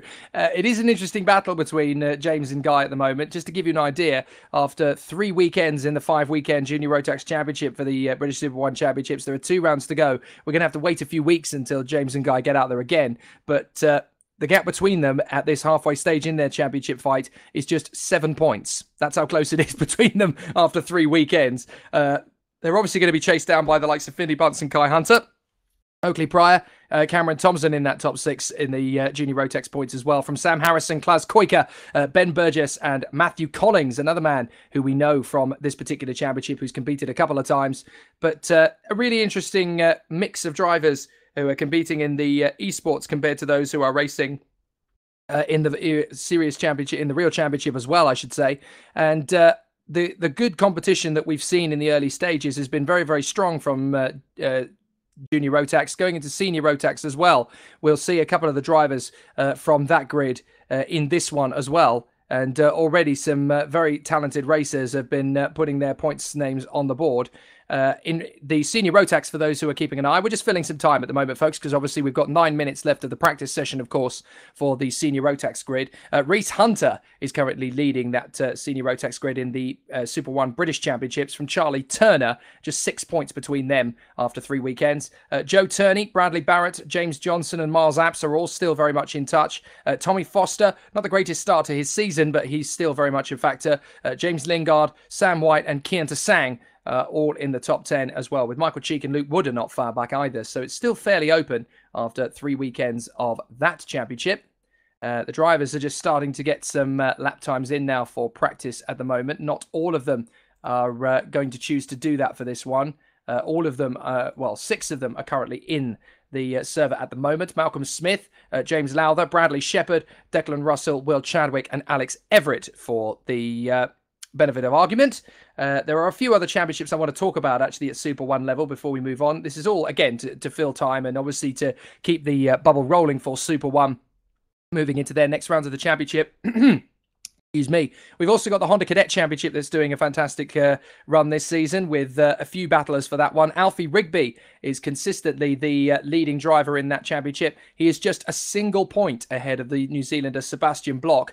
And that's going to be an interesting battle between those two. Dan Ginshard has had a fantastic start to his season and is there in 3rd position with Theo Makuris in 4th. From Sonny Smith, Kian Berta, Oliver Greenall, Archie Walker, Jack Clements and Mikai Singh in the top 10, with several drivers still putting themselves into a good position to work their way forward. And not everybody having done every round of the championship, of course, but good to see the Honda Cadet battle is going to be an intense one right from the start. What else can we talk about? Senior Rotax, I suppose, we mentioned already, but in terms of the Rotax 177, we haven't talked about that championship yet, and that's going to be a really interesting battle this season between Louis Large and Chris Thomas. There's only 1 round of their championship to go, because, of course, the Rotax 177 only has 4 championship rounds this year. Louis Large is 40 points clear of Chris Thomas, so barring any major catastrophes at the finale at PF International in September, he is looking likely to be the Rotax 177 champion for 2018. Dan Martin is in 3rd place from Alex Rowley. Colin Davis and James Moorcroft from Oliver Smith, Alexander Luck, Ian Branfield and Chris White in the top 10. Very interesting start to the season, and interesting how already the number 2, James Beecroft, who was expected to be a championship challenger this season, and likewise Tony Dickinson, actually, the 3-plate, Marcus Basley as well. All 3 of them chose to miss the last round of the championship, as did Joe Fifner. So all 4 of those guys, Joe Fifner, the O-plate champion in Rotex 177, all of them basically saying, well, we've had a naff start to our season. There's no point in fighting for this one. I wonder if they'll be back in time for the PF International finale. I really hope so. In TKM Extreme, it's been all about Adam Sparrow and Joe Fowler. Only 2 rounds of their championship thus far have occurred, and they're battling already right from the start. 3 points between them. Chris Whitton and Lee Whittingham, 3rd and 4th in the championship from Ryan Cole and Louis Bevan. Joe Reeve-Smith, Christian Briley, Sam Fowler and Rob Wellham in the top 10, with Ross Deal just outside that top 10 as well for KartSim Motorsport. Good to see him doing such a good job, having moved up to the seniors from the juniors. Speaking of junior Rotax, speaking of junior TKM, I should say, junior TKM is once again led by the reigning champion in that category, Abby Pulling, who leads the point standings by just 2 points to Oliver Richardson from Dan Butterworth and her teammate Spencer Stevenson. That's an interesting battle all season long, actually, Josh, because Abby Pulling did the first 3 rounds of this year's Ginetta Junior Championship as a rookie. They ran out of budget to do that. They knew they were never going to be able to do more than 3 rounds, so she is continuing to defend her Junior TKM National Karting Championship, and she leads it at the moment by 2 points from Richardson, Butterworth, Stevenson, and then Connor Kearney, Louis Harvey, Archie Strong, Zach Oates, Dak McKeown, and Ben Watson. And actually, Abby Pudding is pretty quick on this sim. She doesn't have one of these at the moment, but if she was racing in this championship, she'd be a force to be reckoned with for sure. Would be, yes, and I've heard many good things about Abby Pullen as well, so it's going to be very interesting to see how she gets on throughout the rest of the season as well. And very, very young talent, very good young talent, and I think definitely going places. Well, the junior and senior X30s are the only classes I haven't talked about to fill the time. We've still got 4 minutes or so of practice. The only people really setting laps at the moment are the likes of James Lowther, Matthew Higgins and Brandon Williams at the moment. Several others have decided to go out just to get a bit of a handle on it. So we'll talk about that in a little more detail once we get towards the qualifying session. But the big story up at the front of the Junior X30 is about the man who everybody's talking about in British karting at the moment, and that is Clayton Ravenscroft. Everyone's banging on about this boy. He's fast in Europe, he's fast in Britain, and he is leading both championships in Senior X30 in Europe and Junior X30 here in the UK at present. Dragon Pinson in 2nd position. Then 5 points behind him is Lewis Gilbert, the Scottish teammate of Clayton Ravenscroft. Then Luke Whitehead and Alessandro Senanetti, the Italian, who is the reigning E-plate holder, the English champion, of course, that denotes as. Lewis Thompson is 6th, then Axel Laflamme, Josh Rattigan, Teddy Pritchard-Williams and Casper Stevenson are in the top 10, with the highly talented Caden McQueen and Reggie Dewey not far away from that top 10 either. So it's going to be an interesting challenge in Junior X30 all through the season. And then, of course, we have the Senior X30 category as well, which is currently led by Morgan Porter, who's been very consistent in the first 3 races of their championship. Joe Turney is still a fighting force, as he always is, doing a dual campaign in Senior Rotax and Senior X30 this year. He's 2nd in the point standings in Senior X30, just 4 ahead of Thomas Turner. Then Oliver Hodgson, who didn't have the greatest of weekends in the end at Lark Hall after a technical difficulty left him disqualified from the last race of the weekend. He would be winning the championship if it hadn't been for that. Levi King in 5th from Lewis Malin, Owen Byatt, Sean Butcher, Brad Pennell and Elliot Harvey in that top 10, just a whisker ahead of Derek Morgan. So that is your bet in that one. I would talk about the Mini X30 Championship, but that's not actually a full-blown championship this year, which is a real shame, actually. It's an open class, but there's been some big news in that championship and some good talent in that mix. We've had the likes of Aaron Walker and Harvey Ryby, as well as their teammate Dan Bolton. The 3 KTM Motorsport karts have been very, very strong.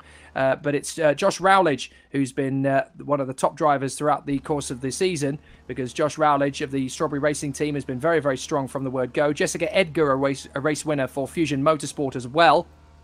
So a lot of great talent up and down the length and breadth of Great British Karting. The best in the business. We're always keeping an eye on these guys to do a fantastic job. The official practice session is now getting underway, Josh. So that's filled a bit of time. But there's a bit of housekeeping coming into this one, because there's a few new faces.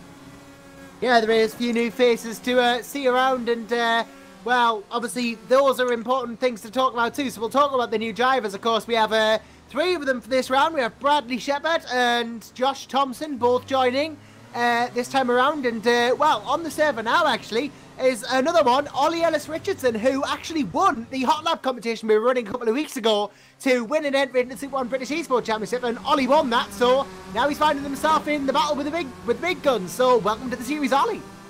Yeah, great to see him doing such a good job in the early phases, so that's good stuff. We've had some comments in the stream from the previous Cadet race. Strawberry Gaming, well, that's Kai Bacini's team. Kai is so upset. That was ridiculous. No reason at all for the brakes to go. Has never happened in practice. It's a very difficult one. Again, we're not entirely sure what the cause of that was. I mean, obviously, braking has not just impeded him, but it's impeded several other drivers as well. So it's a difficult one when you're in race trim, because Kai Bacini was up to that point running in third position, running an absolutely fantastic job, and it's a shame that he was not able to get to the points finish in the end, because Kai is one of the best drivers in this particular championship, the Super 1 British eSports Cadet class, and do not count him out of future success. Harvey Collier has written about the new Nassau panel, which we talked about a little bit earlier on, which if you're watching the stream, you can obviously see the nose cone sections of these karts. Well, to talk about the Nassau panels, you have to raise it about 3 inches from the top into a curve, and then there's a hot dog shaped groove in the middle of it, basically, to channel airflow. Harvey Collier writes, I think the new Nassau panel doesn't look too bad, to be honest, after seeing it in person. I saw it from afar first and then saw it in person. I haven't quite got used to it yet. I think it's a bit like the Halo in Formula 1. I think it's going to take a bit of a while for me to get used to it, because it's such a culture shock to the system when you haven't seen it, and you know, you're used to what you're used to seeing. So it's always going to be a bit of a difficult one, but we haven't quite gone for those Nassau panels in the sim yet. Yeah, obviously a bit of a interesting topic, that, the Nassau panels, but you know, if they work, then I can see people, you know, are going to switch them because they can get any benefit they can get, and they're not just going to you're not just going to choose one Nassau panel because of vanity. In the higher classes, I can see probably will become popular, but if they're not very useful in the lower classes, then they probably won't switch straight away, if ever. Well, for clarification, they work in the faster classes of kart pretty well, because obviously they can go a bit faster, so they channel airflow a little bit easier. But the difficulty, obviously, is that you not only have, you know, it doesn't work on the slower karts, but they also cost a little bit more than a normal Nassau panel would. So you have to fork out an extra 180 or so euros, I think it is, for an additional panel. So if you think it's worth the expense, it's worth the expense, but you have to gain the benefit of it to be worth it. Yeah, you would have to know there was going to be a benefit for sure, and well, that's not always the case. But you know, in the faster classes, I can imagine people probably will go for the new panel if it does being proven to have a benefit. But we'll have to wait and see, because it's still in its infancy. So we're into the practice session now, and straight away, the newbie, Ollie Ellis-Richardson, has jumped straight in to his first official session of the 2018 campaign and has gone fastest in practice, a 45.976. That is going to be beaten by him for you know, a very simple start of it, because I think we're going to see several drivers break into the 45s for this one. So it's going to be tricky, but Ollie Ellis-Richardson has already shown that you can come in as a new boy and be straight at the front. Brandon Williams in second from Malcolm Smith, so already a good start to the practice sessions for both of them. Bradley Shepherd's having a good session at the moment, just a second off the pace. The fastest of the juniors is Will Chadwick in 5th position. So Chadwick is only 1.1 seconds off the pace of Ollie Ellis-Richardson, who's 3/10 clear of the rest of the field. So that's not bad, actually. So Will Chadwick can be very happy with that. Then it's Alex Everett, George Wright, then the second of the juniors, Matthew Higgins. Declan Russell is next, another of the junior drivers in 9th place. Then it's Aaron Walker, another top-level driver in 10th position thus far in practice, trying desperately to stay out of everybody's way, as there's been a bit of coming together with Lucas Grass on the way down to the first chicane, and unfortunately he got caught up with it. Lucas Grass is there in 11th position. Lucas Ellingham is in 12th position as one of the he was, but then Ben Hamlet stormed up into 9th position in the seniors and overall, of course, so he's fought his way slightly further forward. James Lowther is only just leaving for the junior practice session, so he's finally going to get his first time lap in, but Lucas Gross and Lucas Ellingham are currently the bookenders in the senior and junior sessions respectfully, but James Lowther, one of the top fastest junior drivers in this class, is going to make his way forward. Yeah, going to make his way forward, and as the practice session obviously ticks down, the drivers are going to be keeping on, trying to get the laps in, and well, Ellis-Richardson, having won the hot lap competition, now at the top of the table. This is all looking very good for Ollie at the moment, you know, being this far up the order, and you know, this being his first race. We'll see if he has the race consistency to match it, of course, but you know, with the likes of you know, the championship leader still to really get up there in the running, then we'll see if he can stay there as well. But definitely a good start.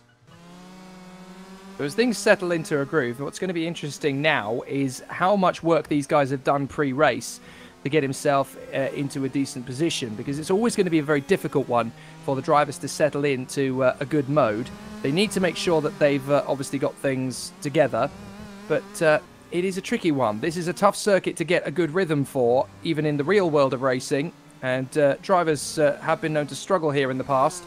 So they're obviously going to have to bring their A game to the table. It will be a tough one, and they're going to have to be very, very circumspect about how they go about it. Yeah, they are going to have to be careful about how they go about this. I mean, with these faster karts as well, you know, the faster karts are on the circuit. We saw how difficult it can be for the cadets. These drivers are going to have to be very careful in these faster karts to make sure they negotiate themselves very easily. Otherwise, we are going to see a few accidents. As the drivers get themselves settled in, Ben Hamlet goes straight up to a 45.895, and that's only 0.1 of a second slower than Ollie Ellis-Richardson, but Ben Hamlet is not used to having drivers go faster than him, so this could be an interesting challenge, actually, in this weekend's battle, because Ben Hamlet is a whisker off Ollie Ellis-Richardson, and wouldn't it be interesting if we ended up having a bit of a rivalry between these two light blue machines at the front, because Ben Hamlet, when he gets into a good rhythm, doesn't tend to worry too much about a challenge. This time, he's going to have to really rise it to the table. Yeah, really going to have to rise to the occasion this time around if he wants to get going, because Ben Hamlet up there at the front as well, trying to push out to catch Ellis Richardson in the number 54 kart, and it is going to be an interesting one. Brandon Williams as well, not that far off. Bradley Shepard, again, a new driver at the championship, right up there as well, and Malcolm Smith, obviously no stranger to this class, going for it as well. So let's see if this is going to be a close fight for the top of the dais, because Ollie Ellis-Richardson, riding high from having won his hot lap competition and won his entry into the remainder of the season, from his point of view, you know, he's already missed the first 3 rounds of the championship, so he's got nothing to lose and nothing to prove, because he's already proved that he's fast enough to be in this championship by his hot lap competition. So from his point of view, he just needs to get on with this, enjoy himself out there and see what he can do. Ben Hamlet is very much one of the men who's trying to gain more points back and win this championship. So from his point of view, his back is against the wall to some degree, and he doesn't need some whippersnapper like Ollie Ellis-Richardson coming in at the last minute and snatching points off him. So this is going to be an interesting one psychologically for these two to battle away for. Yeah, going to be a really interesting battle for sure, and well, I just can't be looking forward to this. I really am, because, you know, the juniors and seniors are always, you know, faster races, you know, doing 45.7 second laps in practice. You know, this is going to be a very, very rapid affair. Well, what's happening in the junior category? Well, Will Chadwick is no longer the fastest junior. That is now Matthew Higgins, I do believe. So Matthew Higgins has gone slightly quicker. I say slightly quicker. He's not even 0.03 of a second faster than Will Chadwick, so it's incredibly close between those two. Higgins is 6th overall, behind Ellis Richardson, Hamlet, Williams, Shepard, and Smith. And this is only practice, don't forget. Higgins in 6th, from Chadwick in 7th place. Alex Everett in 8th place, from George Wright. Declan Russell rounding out the top 10 as the 3rd fastest junior. Then it's Aaron Walker, James Lowther, who will want to find a little bit more speed, Lucas Gross, Adam Farmer, and then Lucas Ellingham, the last of the juniors, who is still trying to gain the measure of this particular circuit. Hasn't quite found his rhythm yet. Not quite, no, and well, we're hoping that he can throughout the rest of the session and throughout the race as well, because, you know, if you don't have rhythm, then you're gonna suffer big time, because it's all about rhythm is racing, and ultimately, not having it is going to be difficult for you. So you got to find something that works.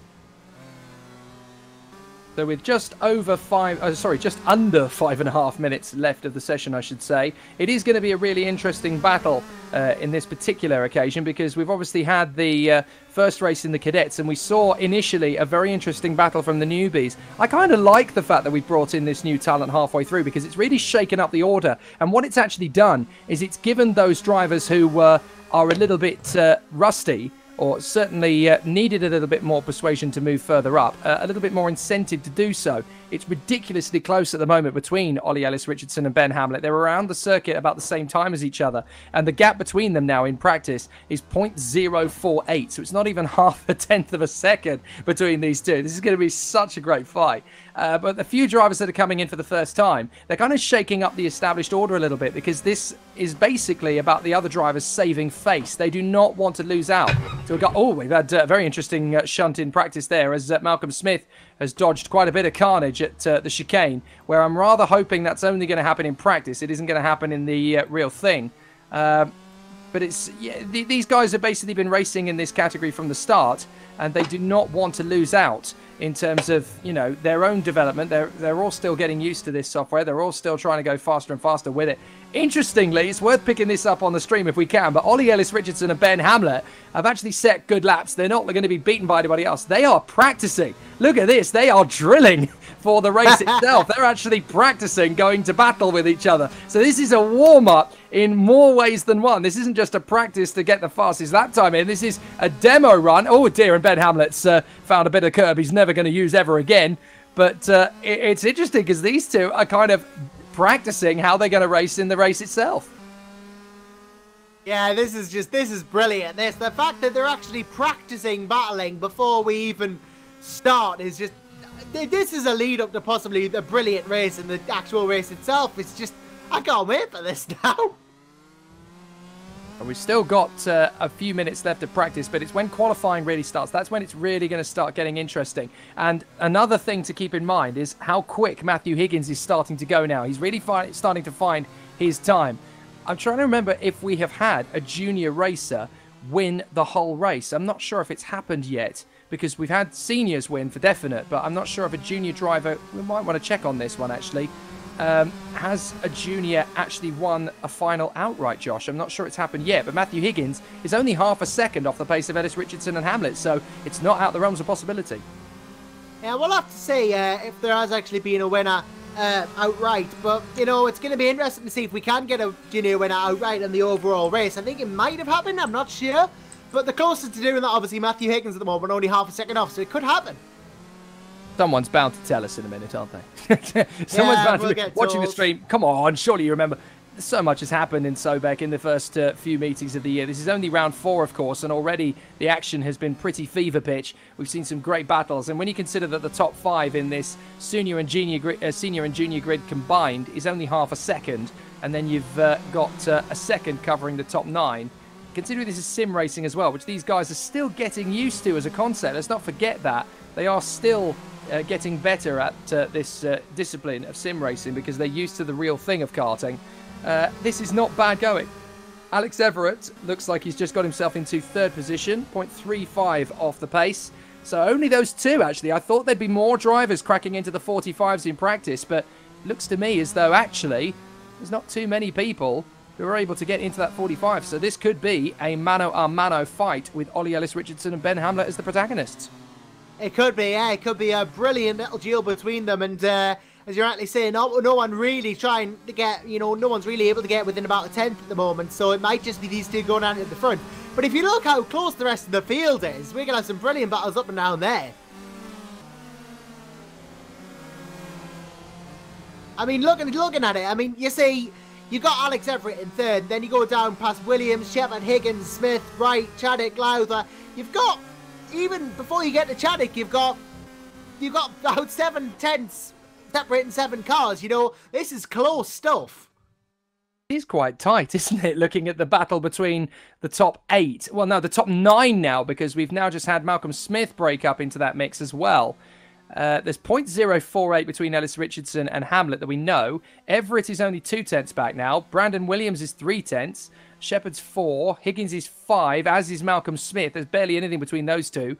George Wright and Will Chadwick are separated by 0.08 of a second. And James Lowther's just crept into the top 10. So this is going to be very tight. I mean, you can tell the difference between these guys compared to the cadets. 14 drivers, and there's 1.8 seconds between them, with Lucas Ellingham making some gains, but he still appears to be struggling a little bit around this particular circuit, Rowrah, as the time ticks down to 0. The difficulty is there is almost a slightly different way of approaching the sim version of the circuit compared to how there is in real life. I mean, there's a lot of similarities. There's a lot of comparable, factors about it. But you can still never quite have it absolutely perfect every time. So it's a difficult one. You have to be very, very careful about how you approach it. And there are certain parts of the circuit where in real life you could do it and it wouldn't be a problem. But in the sim, you have to give it a little bit more respect. And I wonder if that's where Lucas Ellingham is losing a bit of time. Because in terms of his real racing prowess, Lucas Ellingham is one of the fastest young racers you'll ever see of his age and of his discipline. But in the sim, you obviously have to try and adapt that knowledge and apply it to what works in the sim. And that's quite different. Yeah, indeed. You've got to be very careful in how you apply it, as well as the practice session comes to an end. We go into the qualifying session very soon. We're going to see who exactly is going to come out on top. Will it be Richardson? Will it be Hamlet? Will it be someone else? Well, answers on a postcard, please, because I have absolutely no idea. So the drivers are getting themselves neatly readied up for that particular part of the session then, because obviously they've got to make sure it works out well.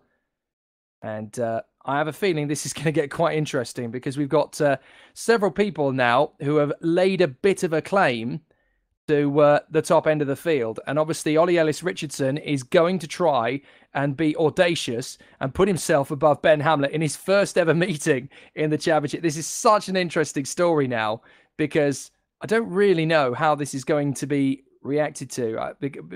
In the sense that, you know, these two are obviously going to be desperately trying to keep themselves into a good position, particularly Ben Hamlet, because Hamlet is obviously fighting for the championship. This is an opportunity from his point of view to make up some lost ground. And with Ollie Ellis-Richardson coming in and proving to be a threat right from the off, this is definitely not what he planned. No, not what he planned. And, well, Hamlet's going to have to fight for this pole position then. He's really going to have to fight hard to make sure he can get that pole and deny Ellis-Richardson the opportunity that he might have to get a win on debut, which really would be, I mean, we talk about almost happening in the cadets. This would be a win on debut, and it would be extraordinary. Well, yeah, I mean, the difficulty as well is that not only have these two got this rivalry, but if you actually look at the end of the practice session, Brandon Williams got his time down to 0.158 away. Brad Shepard got his down to 0.180 away. Alex Everett is only, well, just under a quarter of a second off it. So actually, we talk about it being these two, but Williams, Shepard and Everett are still very much a factor, because that's the laps that they've been able to get after about 19, 20 tours of the circuit in a long practice session. So it's interestingly, they're chatting in the stream at the moment, saying that there is a bit of a break in between, and Ollie Ellis-Richardson saying, "I need one. That was so tiring. His wrists are killing him." This is the thing we keep saying. You know, this is a very physical discipline. E-racing is very, very tough, and it's a lot more than people give it credit for in terms of, you know, the physical difficulties of it. And the thing is as well, not only is e-racing tiring physically, but karting is physically tiring. So to put both of those two things in the same breath, I could tell you, you know, this is an incredibly physical form of sim racing. The kart sim is particularly tough. You're really having to put yourself on a bit of a knife edge, and it takes time to build up speed. Yeah, it does take time to build up some speed and get going, as we do get going with the qualifying session here at the moment. And well, it is a scramble out the pits to see who can get out first, and some drivers decide just to take their time and get some clear track, which I think is the right strategy. But Hamlet and Richardson, look at this, they're close already. Yeah, I have a feeling that these two are going to be the ones battling for pole position, Ellis-Richardson and Hamlet. They've gone out on track together. It would not surprise me in the slightest if we see actual karting tactics come into play in this virtual Super 1 British Esports Championship race. Now, what tends to happen when you get two karts that are a very similar pace, you'll start a race and the two drivers will push each other slightly forward. And I'm almost being literal when I say that. They will push each other further and further out ahead of the rest of the field. They'll wait for a gap, and then with 2 laps to go, they'll start battling. And then it basically just becomes every man for himself. It would not surprise me in the slightest if we see that here in the virtual championship, because the way that the kart sim has worked, it's very, very similar in terms of the way it has engineered each of these individual karts. And I hear tell that not only have we got some great karts here from obviously the X30 disciplines, but the boys are working very hard on the OK classes as well. Now that means, of course, that the OK drivers will want to compete in this as well, and the OK karts are definitely faster, so that will add an interesting dynamic to the 2019 Super 1 British Esports Championship. But as a starting block, we've obviously done a very good job, and we're onto something here, because the racing has been fantastic thus far. Yeah, brilliant racing thus far, and it's about to get even better. We have Hand On in the chat saying, hello everybody, and what category is racing now? Well, the juniors and seniors combined are doing the qualifying now. He also says, also the setting for the track's really nice. It is a beautiful circuit, isn't it, Jake?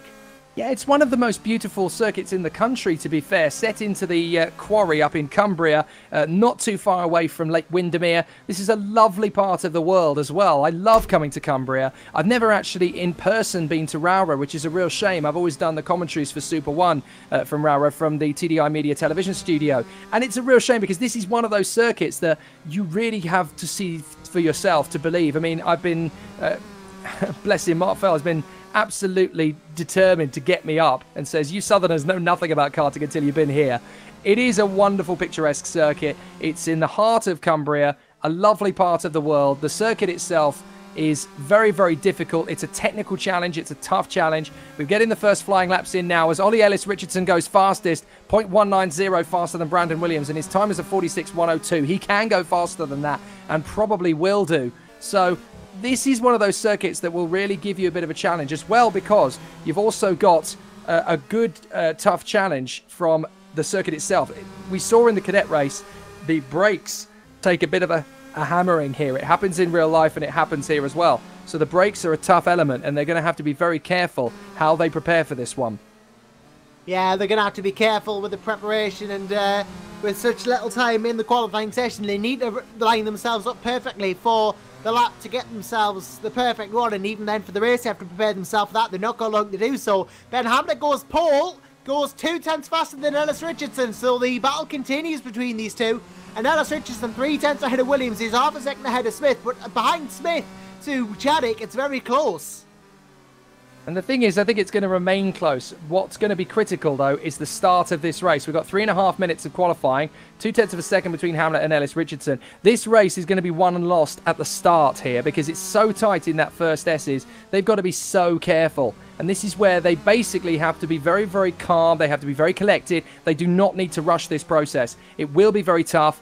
And they need to be very, very acutely aware of, you know, just how sensitive the kart is to trouble. It would not surprise me to see quite a few drivers getting an initial bad getaway, almost on purpose, so that they stay out of trouble in that first chicane. So do not at all be surprised to see a couple of drivers dropping back in the first couple of meters of this race just to keep themselves out of trouble, because any driver that goes into that first chicane too half-heartedly or a little bit too aggressively, they're going to be the first to really come a cropper of losing their nose cones. And as we keep saying, that's a 10-second penalty here. Yeah, of course, and you can't really be risking that when 10 seconds can be so valuable. If you finish 9.9 ahead of someone, you have that penalty, you're going to lose position to them. So you need to make sure you either avoid a penalty, or if you do get one, forget about it and charge as hard as you can to get 10 seconds to the car ahead so you don't lose position. So, you know, in qualifying you don't lose any time, but in the race you will, so you can afford to be a bit more daring in the qualifying session. You can push a bit more, and I'm sure that's what Ellis Richardson's going to have to do to try and catch up to Hamlet, though he has just took a 10th out of his time, and now he spins off. That's how hard he's pushing, you see, so he will be able to get out and get another couple of laps in. So with 2 minutes to go in qualifying, Hamlet leads by 0.121 from Ollie Ellis-Richardson. Brad Shepherd is third from Brandon Williams. Alex Everett is fifth from Malcolm Smith. The leading junior driver... Oh, Alex Everett's popped up into third place, actually. He's just popped up with a 46.078. So again, the only two drivers to crack the 46-second barrier is Hamlet and Ellis Richardson. So Everett's now third. Shepherd is fourth, from Williams in fifth. Malcolm Smith in sixth. The highest junior is Matthew Higgins, who has got an 8 tenths of a second deficit to make up, but a 46.5 is pretty good. He's being caught, though, by Will Chadwick, who's definitely starting to up the pace. Declan Russell's not having a bad qualifying session either, in ninth place. Then it's Lucas Gross, Aaron Walker, George Wright, then Adam Farmer, Lucas Ellingham, and interestingly, James Lowther has been out several times and not yet set a lap. Now, he is on a flying lap now, so I'm hoping that that's about to be put to bed. Yeah, it's going to be interesting to see if that is put to bed indeed. I mean, Hamlet, if he can get a good enough lap time here, could probably, you know, drop the morale of Ellis Richardson, although it might just motivate him to go even faster. He can put a specifically good lap in here. I mean, he's probably going to get another one as well, but, you know, this one's the one that really counts. This is the one that's going to have to strike Richardson so much that he can't go faster. But Hamlet coming around the last corner now. What will he do? Will he improve on that 45.7? Oh, he gets another 2 tenths. There you go. Now he's 3 tenths ahead of Ellis Richardson, and he knows now if he didn't before, he's in a fight. Can he respond? No. You know what? That was an outlap. A 45.5. Oh, and he's gone off. He's cut the track, and now, you see, that got to him there, and he hasn't set a faster lap. So, unless Everett finds off a second, this is looking like Hamlet's pole. Well, Everett's got one more flying lap he can do, as has Bradley Shepherd. Brandon Williams is on his last, as is Malcolm Smith. So the two of them are about to come to an end. Matthew Higgins can get one more lap in. So can Gross. Chadwick is about to finish his. It's worth keeping an eye on Chadwick, actually, because if he can find another 10th of a second on Higgins, he'll beat him into 7th position. Hasn't done so, unfortunately. He got the last two corners just a little bit scruffy, unfortunately. Declan Russell looks like he's on a fast lap. Aaron Walker has finished off his qualifying run. He's not going to get a decent lap in there from that. James Lowther did get a flying lap in, a 47.088. So that's not too bad when you think about it. Brandon Williams has made a mistake on his lap. Alex Everett, though, is still on a flyer. Can he get into 3rd position again? No, he can't. A 46.047 is his previous best. Shepherd goes faster, though, does a 45.982. So we found 4 drivers crack the 46-second barrier, and I thought we would see a couple do it. I was hoping we'd see a few, and we have seen a few, so that's much better. Yeah, indeed, and, you know, at the moment, you know, with Hamlet there and Richardson there, you know, that's going to be important for them too. But, you know, looking further down the order, Bradley Shepherd again, 1st race, 4th place. Alex Everett, an impressive 5th. Brandon Williams, 3rd, doing very well. And Malcolm Smith as well, doing well in 6th place too. Interestingly, the first junior is Matthew Higgins in 7th place. So he's in the middle of the grid. So he has been outpaced by some of the seniors, but he should stand a decent chance in the race proper.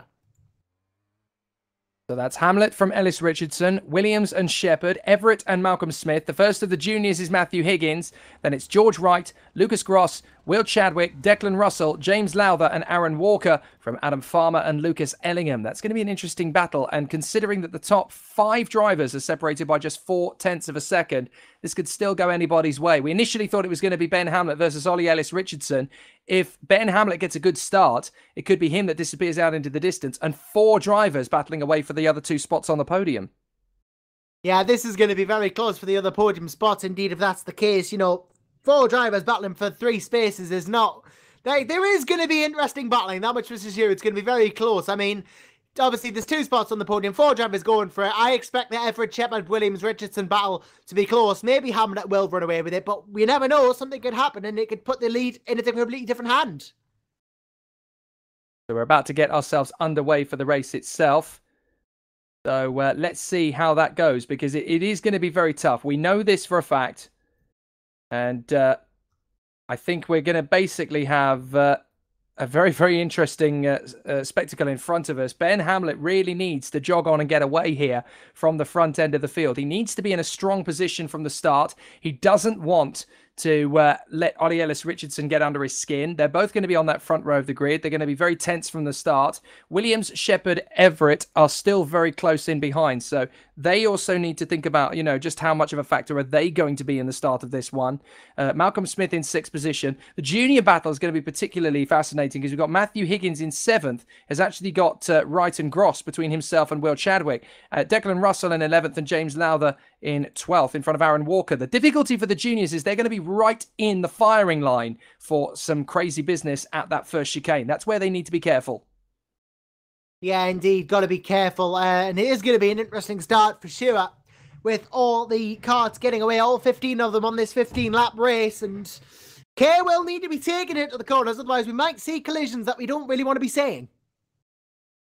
As the drivers get themselves ready, it's going to be Ben Hamlet from pole position, Ollie Ellis Richardson for 2nd. We are going to go to the race itself now. 15 laps of this Cumbria Kart Racing Club circuit here in Rowrah, and this will be a tough one. Hamlet, Ollie Ellis Richardson, Brandon Williams, Bradley Shepherd. We are in for a real battle here from the off, and I think everybody is well aware of what's to come. Hamlet and Ellis Richardson, Williams and Shepherd, Everett and Smith, Higgins and Wright, Gross and Chadwick, Russell and Lowther, Walker, Farmer and Ellingham. A few seconds to go now before we get the lights going out, and this is going to be an interesting run. Hamlet needs a good start here. He does not want to let Ellis Richardson get under his skin.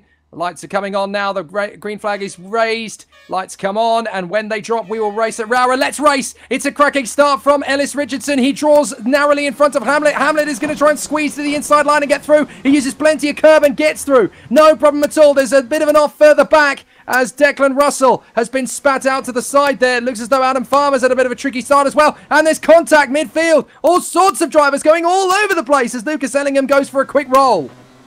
Yeah, Allingham goes over, loses his nose cone. There are a few nose cones gone. We'll come back to that in a couple of moments' time. Right now, though, Hamlet is leading away from the start, and obviously there's been a lot of collisions at the back, jumping and changing there. But Ellis Richardson's right on the back of him, and, well, Hamlet needs to get the hammer down very quickly and get some time out. Otherwise, he is going to find himself under fire from Ellis Richardson. But Brandon Williams will probably have something to say about all that as well. I'm just looking down the field. Lucas Cross. Oh, sorry, that was Walker. Walker was basically given nowhere to go. Walker initially had his front nose cone section on the kart, no problem at all there, and was looking like he could have got away without too much drama. Unfortunately, he had somebody go off in front of him. He didn't react in time, had nowhere to go. I think it was one of the juniors. I think that was James Lowther who went off initially. Lucas Ellingham, sadly, is out of the race after several points of contact. But Aaron Walker had his nose cone intact and was trying to make progress on the first lap, looking like he could win the race if he just stayed in position.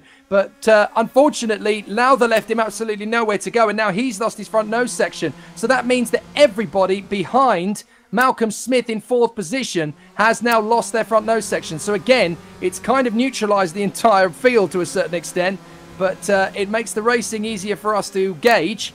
But unfortunately, it's now... Oh, Bradley Shepard got a bit of a scary moment there. He was trying to go round the inside, round the outside into one there, and then in front, Lucas Gross was in front of him. He had a little bit of a wiggle on and just misjudged it slightly, came across the left bit too much, and just touched Shepard, no damage done, but that goes to show how close these two are battling. So Hamlet leads, Ellis Richardson in 2nd place, and there is not much to choose between these two guys at the moment. They are giving it absolute gusto.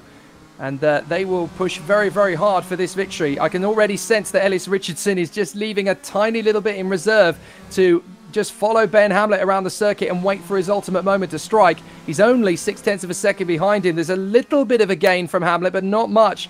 So in terms of overall pace, these two are having a really interesting fight. It's pretty intense, and I have a feeling it's only going to get better from here. Remember, if these two come out of traffic, Ellis Richardson will be behind Hamlet, who'll have to deal with it first. That gives him an advantage as well. So, you know, he's holding behind here until the last possible moment to mount a charge. He's working with Hamlet in a sense, you know. They're trying to get away from the likes of Williams and Smith, who could start a four-way battle and at the same time try to battle each other like they were in practice and like they were in qualifying. These two are very close together, but Ellis Richardson holding back to use Hamlet as a buffer for the traffic. Very clever. Really exciting battle at the front here. They're going to have a very long race with these guys up at the front. We are now 4 laps through, 11 laps to go around this Rowrah circuit. They continue to charge forward. So Ellis Richardson, 2nd position there as he charges after Ben Hamlet. Hamlet is in a good zone at the moment. In terms of his rhythm, he's a very difficult chap to break in terms of his full flow once he's got it together. Brad Shepard in 5th position as a result of those problems at the start. He's lost his front nose cone. Lucas Gross is up in 6th place just because he dodged everything. He got hit on the way through, but he dodged everything. So now he's in a really good position as Aaron Walker clatters into the side of, I think that's George Wright he ended up having a bit of an issue with there. I get a bit squiggly there as well, yeah, but Aaron Walker not having a fantastic day at the offices indeed. He came over a bit left into the 75 kart before. Oh, he just got absolutely rammed as well by another kart as well. Another one of the juniors just went straight into the side of him as well. Aaron Walker really did struggle there, and yeah, I don't know whether that was Matthew Higgins or what. Yeah, he got a bit of a bump to the side there. Higgins tried to get back and he went straight on into Higgins from the side. Higgins went straight into the side of Walker. So what this all means now effectively is that we've got Will Chadwick leading the junior contest. Oh, actually, I'm looking back at this incident between Walker and Higgins, and after Walker, Aaron Walker, he comes over to the left. He turns quite off to the left. Maybe tries to block Higgins off, but he knocks Higgins off the track, and then Higgins, he makes no attempt to brake for the next corner and just goes straight into the side of Walker. I don't think the stewards are going to look very kindly at that. No, and that's the really difficult problem that they have at the moment, is that this is actually going to end up causing more problems than they realised it was going to. So it's a tricky situation they now find themselves in because they're trying to play catch-up. Will Chadwick, however, leads the race in the junior contest. Declan Russell is only about 3 seconds behind him. So Will Chadwick in amongst the mix of Lucas Gross and Alex Everett. He needs to stay out of trouble here because he's got a chance to win the junior race. Very much in the offing here as we approach the half-distance mark. We are 7 laps done, 8 to go. And Ben Hamlet still leads Ollie Ellis-Richardson, but by only 0.6 of a second. Yeah, there's still only about 0.6 in it between them, and Hamlet and Richardson still duking it out here, the two of them. Of course, the top 4 still all have their nose cones, have stayed out of trouble in that sense, and they're doing quite well to make sure that they stay out of trouble and in contention for points and further things. Adam Farmer, I think, has had enough in all this, has dropped the last place. And Matthew Higgins has been given a drive-through. I can only assume that's for the incident where he just went straight into Aaron Walker. I guess it must be. It's a real shame, actually, because you could argue very, very easily that that was not his fault. Well, but, he didn't make any attempt at all to break for the corner. He just ploughed straight into the side of Walker. You can't do that. Well, you say that, but obviously we've had difficulties thus far today with brakes. So is that going to be a similar issue? We need to figure that out. But certainly for the moment, it's not gone very well from their point of view. And they really could have done with a bit of a break there. So disappointing, and that's unfortunately not much that can be done about it. Yeah, I'm looking back at the telemetry. It doesn't seem like they're applied at all, so that's not going to help his case. You know, if he tries to say that he missed his breaking point or whatever, maybe he did, who knows. But either which way, at the moment, not missing a thing is Ollie Ellis-Richardson, who's still half a second behind Hamlet. He's chasing him down really well here, but he's just not able to catch him, unfortunately. Though he is chipping time away, he's not able to make any decisive moves from this far back. And that's where the real difficulty is going to come from, because he's got the ability to move forward. He just isn't quite going to get there. And he basically needs to continue patience. Meanwhile, up at the front, we've got Hamlet and Ellis-Richardson bolted together. Brandon Williams in 3rd place. Smith in 4th. Shepherd, Everett. Chadwick has made his way past Lucas Gross. Declan Russell has done likewise. So now we've got a duel for the victory on the road between the two juniors. If Declan Russell can catch up to Will Chadwick, he can get another victory on the board. But keep an eye on Aaron Walker. He initially was going to be in the hot seat to win the junior race. He now finds himself in 3rd position in the junior category. But he lost his nose cone when he couldn't avoid James Lowther at St. John's. So now Aaron Walker is actually catching these guys big time. He's made up so much ground. And with 5 laps to go, the man to watch in the juniors is actually now Aaron Walker. Yeah, despite the issue before and the problems that he had, maybe going a little bit too far to the left and knocking one of the carts off the road. Oh, he gets caught behind, rejoining Lucas Ellingham, I think, as well, who's come back into it. He's decided, even though he's 10 laps down and left the race before, he's now going to come back in and try to race to the end anyway. Well, when you consider how much chaos is going on around him, it's not necessarily a bad idea. Points are points. And if he can get to the flag, then why on earth not? He's 10 laps down. He's not going to get any positions from it. Well, not necessarily, I suppose. But at the same token, I mean, it's experience, isn't it? I mean, if he has the license, if he has the ability to race in it, then from his point of view, he may as well. So I know what you mean, though. It is a very difficult argument. Why would he do it? Maybe he just wants to be part of the race. I don't know. His motives are complex, but I'm not going to question them. So, well, I was going to say 4 laps to go. Aaron Walker is still catching Everett and Russell. And if those two start battling, he is in the hot seat to win this one. So it's still a 3-way fight for the juniors. I'm keeping very close eyes on Ben Hamlet and Ollie Ellis-Richardson, though, because Ellis-Richardson did have a bit of a deficit. Oh, and I think he's been removed from the server. Well, there you go. That's Jimmy Allison saying, well, look, mate, it's 10 laps down. It's not happening. No, fair enough. When you go that far down, you're basically just risking impeding other drivers, and that's the real difficulty. He will argue, well, no, I wouldn't, but that's not really something that you can fight with, really. When you're that far down, you're not going to be classified as a contender anyway, and the risk of your spin impeding somebody else, it just isn't very fair. So I can totally understand why that decision was taken. It's a harsh decision, but somebody's got to make it. And I have to say, you've got to make it for the right reasons. And I think that was on that occasion. But we've got 2 laps to go at the end of this one. And it's still unclear if either of these two are going to be on the top step. Because Hamlet is leading for the moment. Ellis-Richardson is chipping away at his advantage just a little every now and then. Yeah, just one more word on Lucas Ellingham for me. You know, I admire the courage. I admire someone coming back in after trying to have an incident, trying to keep going. But 10 laps down is a bit much. You know, 10 laps down, you're not going to even make, I think, the classification criteria at that point. Is, oh, Ellis Richardson will get back to the lead battle now. Go to the inside and look at Hamlet. He uses all of the track possible. Almost had him there, but Hamlet had enough space to cross back over and go for it. He's got to be careful around this traffic here. And, well, got to be really careful what he does. And keep going. Ellis Richardson in amongst all this, still trying as well. They are both cracking at it and both trying to get through all this traffic here and get through the juniors as well. This is so close. I don't know which way this is going to go. Well, James Lowther does exactly the right thing and gets out of the way, but we got 1 lap to go here, and Hamlet is going into the chicane with Ellis Richardson just at 0.2 of a second behind him. Ellis Richardson clouts the wall slightly as he comes through the left part of the chicane, but he hasn't lost too much time. So if he continues to hamper Ben Hamlet, he may still get one last chance to go for him on the inside. He's got to be careful, but throwing it too deep into Iredale's has certainly given Hamlet more of breathing space as they come down the back straight. I don't think this is going to go Ellis Richardson's way, though. He's had once again an admirable debut, and Ben Hamlet has been pushed right to the limit, but it's going to go his way, and Ben Hamlet's going to be very, very fortunate about the way that has played out. He comes through at the end of this one into the final couple of corners, and Ben Hamlet hangs on for the victory. A brilliant drive. Hamlet gets the business done. Ellis Richardson in second place, and he's happy with that. Brandon Williams in a very strong third position. Brad Shepherd will come home for fourth in front of Malcolm Smith and Alex Everett. And the winner of the junior race is going to be Will Chadwick in front of Declan Russell. Everybody behind Malcolm Smith has lost their front nose cone anyway, so it's not going to be a problem. Will Chadwick will come through. Oh, hang on a second. We're just waiting for that to happen.